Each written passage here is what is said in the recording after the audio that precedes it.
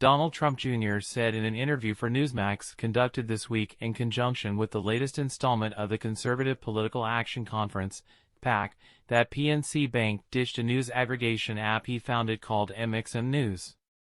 The platform was designed to collect other sources of news for easy reading rather than itself providing a space for original content.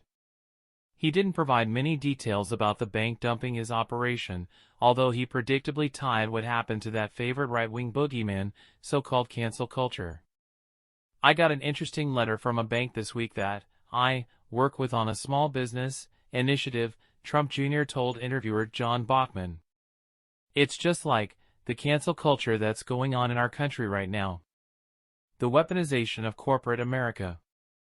Asked for specifics, Trump Jr. provided more details. "MXM News, which I started," he said.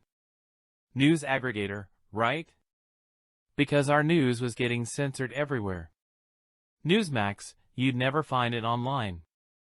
Breitbart, you'd never find it online. Now, we put out the New York Times, but basically, PNC Bank sends us a letter, we're done. Not even a phone call. It's like the breakup through text. A letter with a cashier's check for what we had, a significant amount of money that we had in an account for a news aggregator.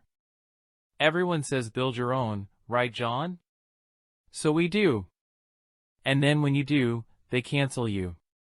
It is obviously entirely incorrect that right-wing sites like Newsmax and Breitbart were somehow entirely inaccessible online, let alone made inaccessible because of some systematic conspiracy to target right-wing platforms on the basis of the political beliefs espoused there. Googling Newsmax or a similar site doesn't produce a notice saying something along the lines of, "Oops. You're not allowed to read that."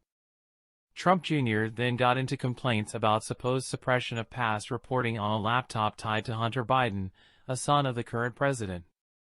While major social media platforms temporarily restricted sharing that link, the coverage was still widely accessible, like, extremely accessible, and the limits weren't overly comprehensive. Limiting a link doesn't completely shut it down. Past attempts from Trump to tie Facebook's handling of the coverage to some intervention from the feds were faulty. The FBI provided neither a specific warning nor a specific directive for that company about that story.